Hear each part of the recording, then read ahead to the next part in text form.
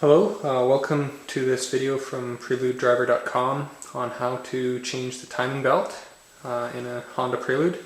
In this case it's a 1991 Honda Prelude with a B21A1 engine, but the procedure would be the same for a B20A5 equipped Prelude, so that would be pretty much any of the third generation ones. A similar procedure could be used for the carbureted models as well. Anyway, just to give you a brief rundown on what we're going to do. I'm going to go through the entire procedure from start to finish.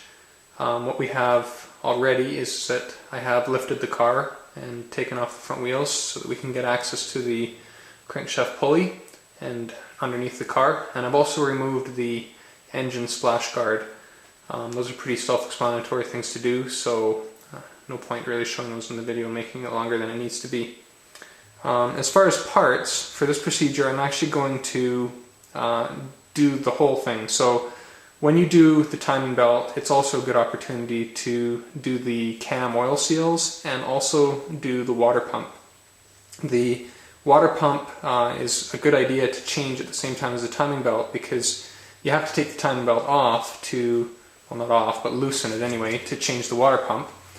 And since you're not going to be doing that often anyway, and the water pump kind of has a similar life, you might as well do it at the same time. Another reason that's important is that the water pump, of course, has a cogged pulley wheel, and if your bearings in your water pump seize up, then they shred your belt and you're back to a broken timing belt situation. So it's just a good idea, I think, for the cost to do it all at once. If you're going to be doing it yourself, if you're going to be getting in there, why not do all of it? The cam oil seals, I think, are optional, but still a good idea. They're very inexpensive to get from Honda, and that saves you running the risk of getting an oil leak on your cam ends and having your belt get oil soaked, which is not good for it at all. So I'm going to do the whole thing. As I bring out the parts, I'll kind of go through the part numbers and stuff like that I'll be using. Anyway, we'll get right to it here. So thanks for watching. Okay, here we go. So step one is to remove the side engine mount. We need to get that out of the way, because without it we're not going to be able to get the timing belt guard off the end of the engine. In order to get the mount off, we'll first have to take this ground wire off, which is really a piece of cake. So 10mm socket, and then just get right to it. Taking this out isn't hard. All you need to do, first get the electrical clip out of the way. So just slide a flat end screwdriver in, pull that tab up, and then the plug will come out. And then there's two bolts with either a Phillips head, or they're also a 10mm socket you can use. And they just fasten this cruise control mounting unit to the body of the car. So I'll just quickly zip those out. The other thing that you'll have to pull off is there's a hose that comes off this plastic bit that's down here. So easiest to take that off is just take some pliers or something, or if you have a hose puller, and just push it off the end. Okay, so I ended up pulling the vacuum hose right off, and was able to move the cruise control unit right out of the way.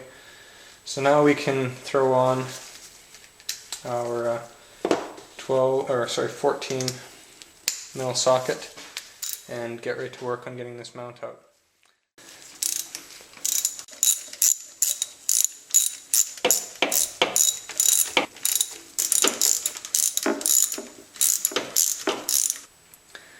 Then we can remove these other ones.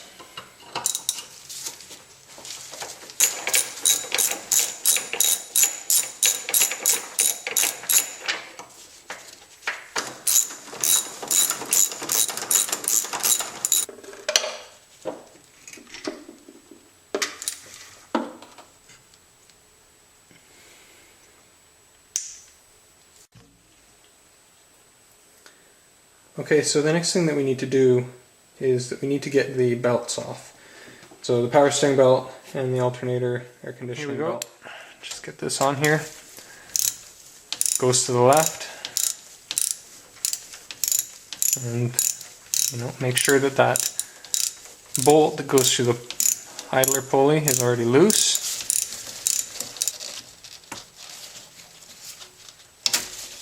And there, the belt snaps off.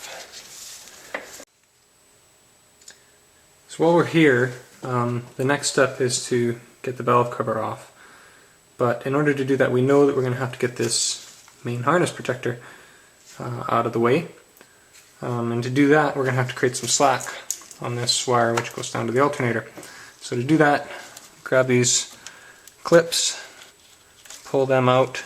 There's little tabs on the side that you just lift up and they pop out. And then the big plug on the side of the alternator comes out. And then finally, underneath the rubber boot will be a little nut that has to come off. So just loosen the nut. There, that should give us the space we need. It's out of the way. Good, so the next thing we need to do is get the valve cover off. Now to do that, we need to pull the ignition wires out, which no tool is required, just a good pull on each one. Then, because we're taking the valve cover off, you also got to take the PCV valve out. That's just a pull, tuck it over there. And you're also going to need to slide the hose off for the blow-by. And then we get our 10mm socket. We've already taken one of these nuts off already, just gotta do the rest. And since you've got them all, just pry gently on the valve cover. Lift it straight up. One of the things that we have to do before we put the timing belt back on is to make sure that we have the engine at top dead center. I like to just set it at that before I take everything apart so that I have a good starting point. I know I'm close when it comes time to put it all back together. You rotate the engine counterclockwise using the just put a 19mm socket on the crank pulley bolt, and you can rotate the engine. You'll also notice that the up mark on the camshafts is pointing directly perpendicular to the deck. But you can just see there's kind of that white cross symbol, and it lines up with a metal kind of point that's inside there. That means that the engine's at top dead center.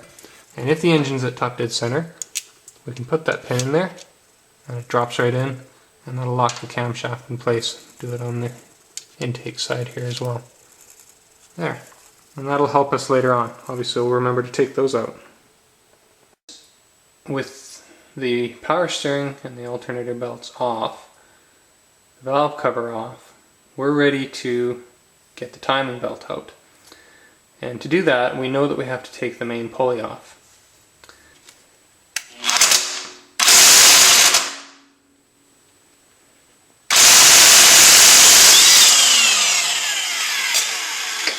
Out it comes.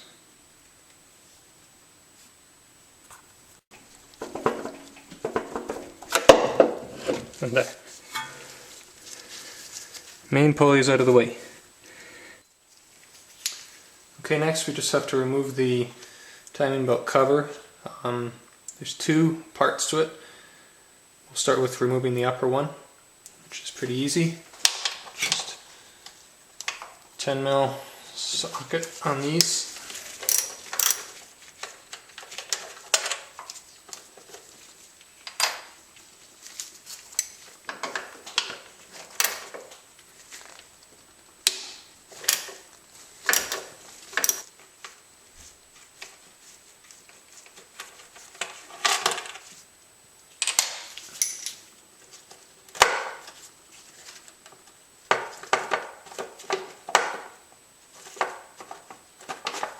And then from there, you should be able to just slide it up and out. So what has to happen next is we have to take now the lower portion of the timing belt cover off of the engine. And to do that, same thing, 10mm socket. There's a number of bolts kind of around the perimeter of it. Okay, at this point we're actually ready to remove the belt. The lower cover has been removed, but before you can kind of get the belt off, you need to release the tension. So to do that, all you have to do is just loosen the tensioner bolt. And once you've loosened it, you should have no trouble. You don't have to loosen it very much, and then the belt will be loose and you'll be able to just slide the belt right off, just gently. There. Okay, so at this point all the covers are off, the timing belt's off, and we're ready to start doing the replacements of the parts and then replacing the timing belt. As I said at the start of the video, I'm going to do the whole thing. So I'm going to do the cam seals, the tensioner, and the water pump, as well as the belt as I do this. So I'm actually going to start with doing the cam seals, kind of start at the top of the engine, work my way down, cleaning things as I go too. There's a lot of kind of goo that is on the side of the engine inside behind the timing belt cover, so I'm going to clean that up as I go. There, so I'm just going to knock these off real quick.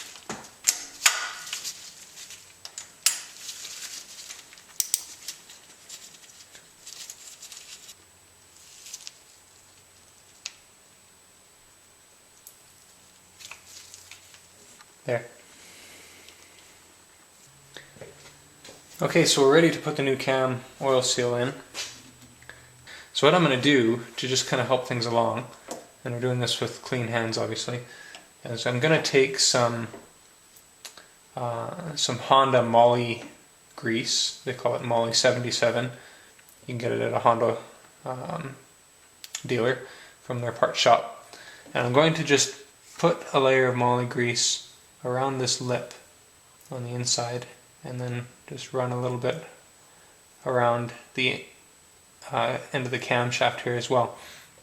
The reason is that that lip fits quite tightly around the camshaft, and if it gets caught on its way in, it will kind of fold over on itself, and you can wreck the seal that way. And well, I mean, that'll just become expensive. You have to keep getting new ones to try again and again and again. Then I'm going to take just dab my finger in this oil well that's in amongst the valves here, and just run a thin layer of oil around the outside just to make it really nice and slippery, so that it'll just slot right in there.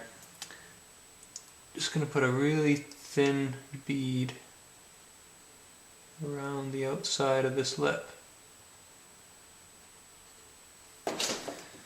And just run it around the outside here.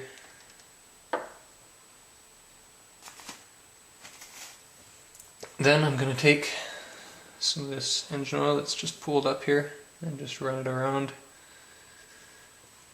the outside of the seal to make it slippery.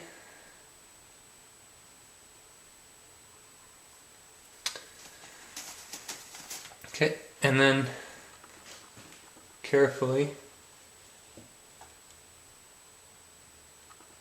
line it up, and you can kind of start to press it in, but as I said, just take the socket 32mm and just push.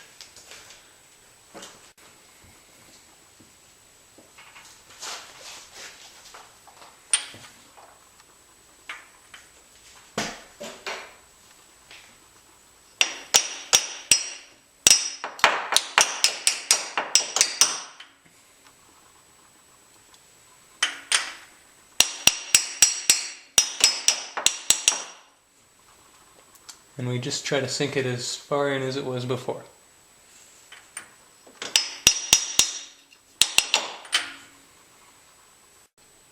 Okay, so we've got the cam seals all done, and I'm going to move on to the water pump now because it's kind of next in line, going from the top to the bottom. Again, you can do these in any particular order that you want, but that's just the order I've chosen to do it. Before I do the water pump though, I will need to get underneath the car and make sure I drain the radiator so that we don't have coolant spilling all over the place. So just turn the knob to the left.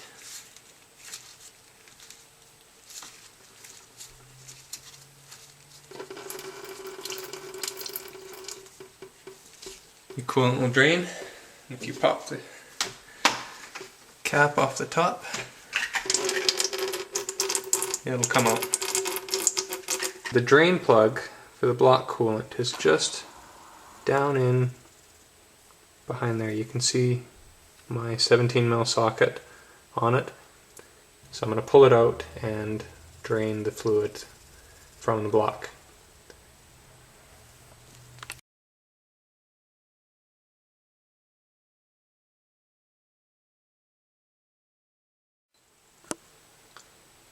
With the coolant all drained out, we're ready to remove the water pump now from the side of the engine. And so I've removed the water pump. Takes just those 5 bolts and it comes right off. Now what I'm going to do is I'm going to get in there with rags and I'm going to clean the area. Okay, so I've got the water pump area all cleaned up. Took the acetone and cleaned off any remainders from the old O-ring, and everything's kind of cleaned up in the area down there. I'm going to use this RTV gasket from Permatex for water pumps and thermostats. I'm going to take it and I'm just going to make a bead of it in the slot for the O-ring. Then I'm going to set the O-ring, and then I may put a little bit on top as well, and some just around these bolt holes. I'm going to line up the O-ring, and without getting anything all gooed up, I'm going to just seat it into its groove. The torque for the water pump bolts is 9 foot-pounds. Okay, to remove the tensioner, all you really need to do is just take the tensioner adjust bolt out. So now I'm going to take the time to just clean that area and replace that pivot, which is in the center there, and also the hanger for the spring. Okay, I'm going to put everything back together now. So I've got the new tensioner with the bolt through it all put together.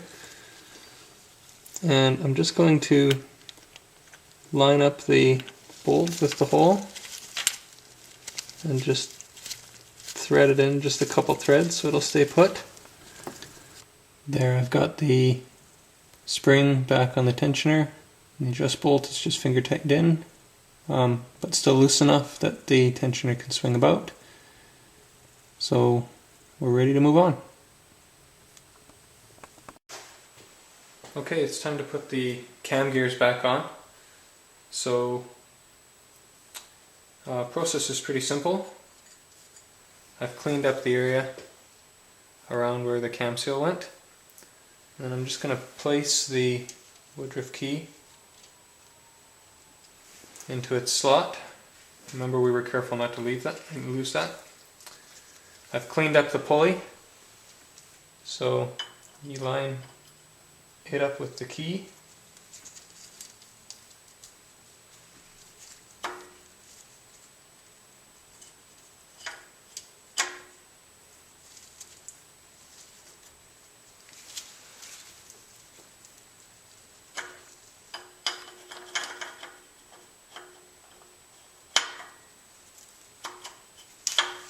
And it'll go on. And then the bolt goes on. 12mm socket. And we have to use a torque wrench for this. So if you look at the camshaft, which is exposed, you'll notice that there's one segment of each camshaft that has a hexagonal section. So just mount a wrench on that hexagonal section, and then you'll be able to hold the camshaft in place while you tighten it. Torque wrench goes on,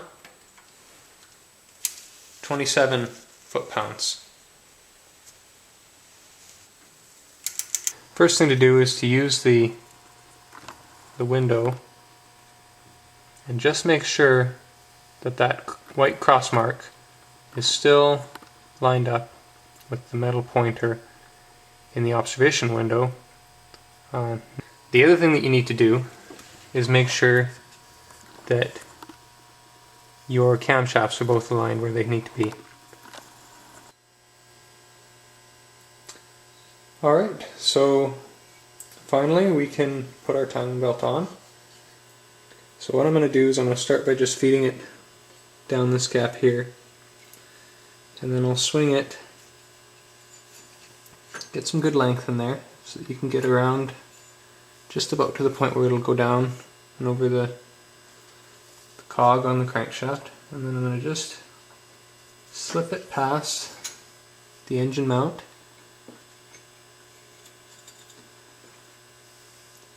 So then I'll just go below and loop it over the tensioner and over the main cog.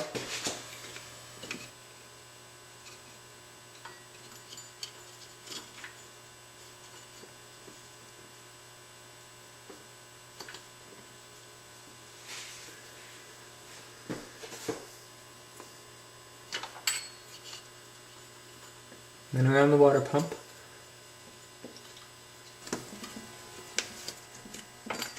Around the intake can.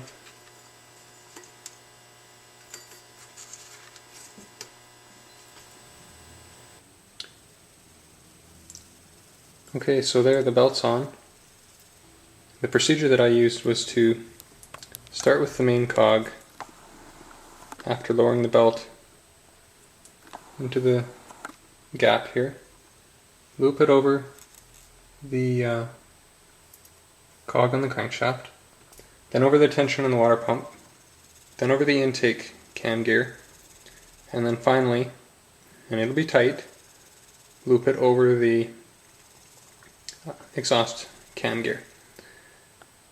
One thing that you can do to help kind of get things in place is that if you take out your alignment pins out of your camshaft, if you put them in, again you don't have to have those to do this, then it'll give you a couple degrees of rotation that you can put a wrench on the camshaft and just turn it a little bit each way, just so that you can match the cam gear up with the cogs in the belt.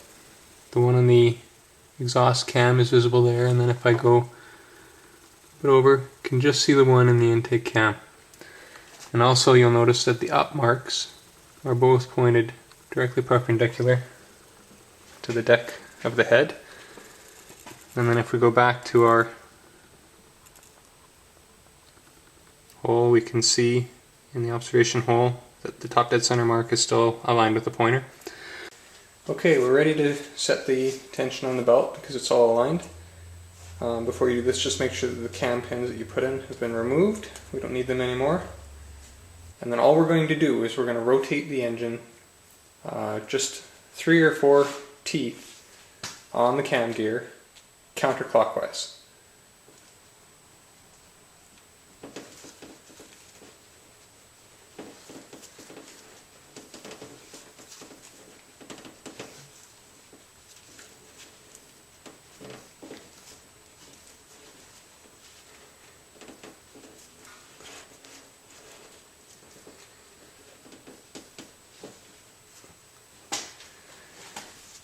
So that's about 3 teeth there. You can see everything gets really tight. And then it's just a matter of torquing the tension bolt down.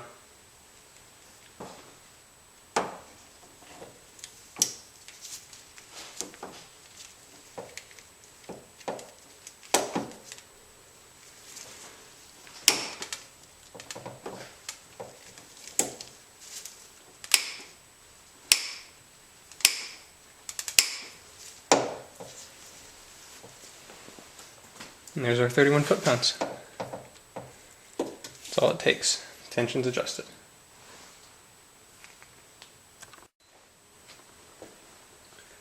Okay, reassembly pretty much just proceeds in the opposite order that we took everything apart.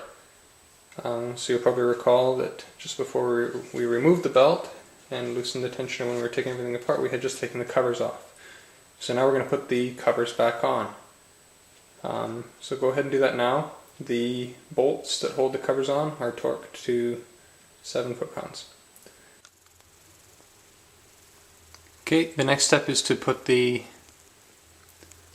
main pulley back on. The bolt gets torqued to 83 foot-pounds. So if you don't have a impact wrench that has auto torquing on it, then just get a friend to put a lot of pressure on the brakes and with the car in gear, and then you can tighten it up that way using your torque wrench. 83 foot-pounds. Okay, with the crank pulley back on, the next step is to put the valve cover back on. Again, pretty self-explanatory. Just loop it under the harness protector there and set it back on. Make sure that you've removed your cam pins, and then torque each one of the crown nuts down to 7 foot-pounds, and do them not one at a time, but finger tighten each of them and then tighten them a quarter turn each to bring it down nice and flat to get a good seal. Alright, the next step in our reinstallation is to put the ignition wires back in, connect them to the spark plugs, snap the PCV valve back into the valve cover, clip the blow-by hose back on, and bolt down the engine wire harness protector. This one right here, and can also connect the leads and the plug back up to the alternator. Next we need to get the alternator and power steering belts back on. That's fairly self-explanatory, so just loop the alternator belt first around the pulleys. So if you have air conditioning, it would go around the air conditioning pump as well, and around down over the main pulley. And then the same for the power steering belt, down around the main pulley. Next we have to put the engine mount back in. So the torque specification for the bracket side, so those 3 bolts, is 29 foot-pounds. And then for the nuts it's 47 foot-pounds. So just put it back together as you had taken it apart and torque it up to those specs, and your engine will be remounted to that side of the car. With the motor mount back in and bolted up, and the bolts torqued to the correct spec, if your vehicle is equipped with cruise control, then you can put the cruise control unit back in place, bolt it back in place using a reverse of the procedure that we used to remove it, and then you'll also have to reconnect the valve cover ground. With everything back together, we're ready to get the car ready for startup. The most important part of that obviously is getting the coolant back into the engine. Alright, to refill the radiator and the block with coolant, the procedure is pretty simple. The first thing that you need to do is go inside the car and set the heat control position all the way to hot. And then the next thing we're going to do is just go down here on the thermostat housing, and with a 12mm wrench open up the bleed bolt, and that will allow us to see when the coolant has gone into that section of the block. So just open it enough that coolant will come out. You don't have to take it right out. Now what we're going to do is we're going to begin to fill the radiator up. Obviously that's pretty simple, but what we're going to be watching for is we're going to be watching for coolant to start flowing out of the bleed bolt that we loosened. And we're going to keep filling the radiator When we see coolant running out of the bleed bolt, we're going to close it and tighten it up, and then we're going to keep filling the radiator until the fluid level comes up to the bottom of the filler neck. At that point, we'll start the car and we'll let it run until it warms up, or until the fan comes on twice, and then we add more coolant to bring the level back up to the bottom of the filler neck of the radiator. And there, as you can see, there's coolant coming out of the bleed bolt, so we can close it.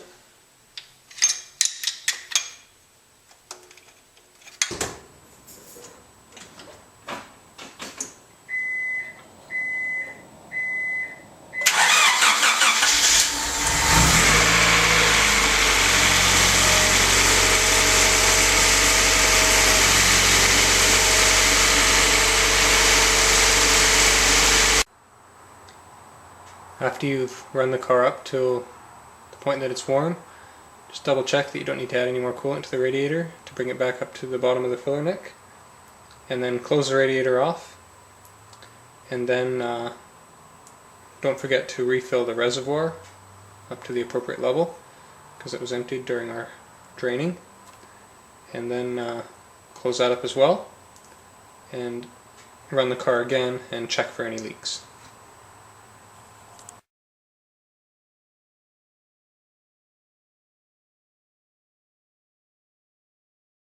Thanks very much for watching. I hope that this video was helpful to you and maybe helped you do something that you've never done before.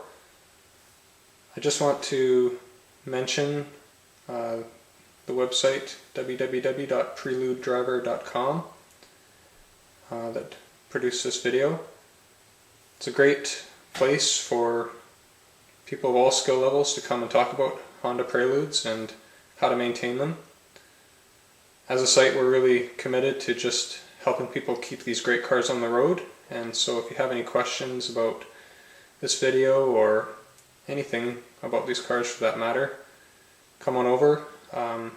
Membership to post on the forum is free, and there's lots of people there that are really willing to help, and we don't mind having new people that are new to auto mechanics.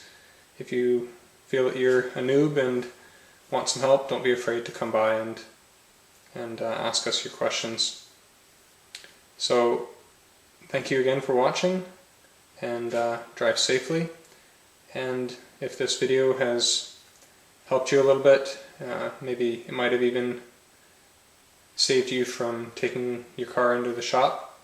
PreludeDriver.com is run by volunteers and funded out of volunteers' pockets, and so we appreciate your donations. If maybe this video helped you save a couple bucks, if you could pass some of that on to us, we'd greatly appreciate it. There's a donation button on the PreludeDriver.com site. Thanks again, and drive safely.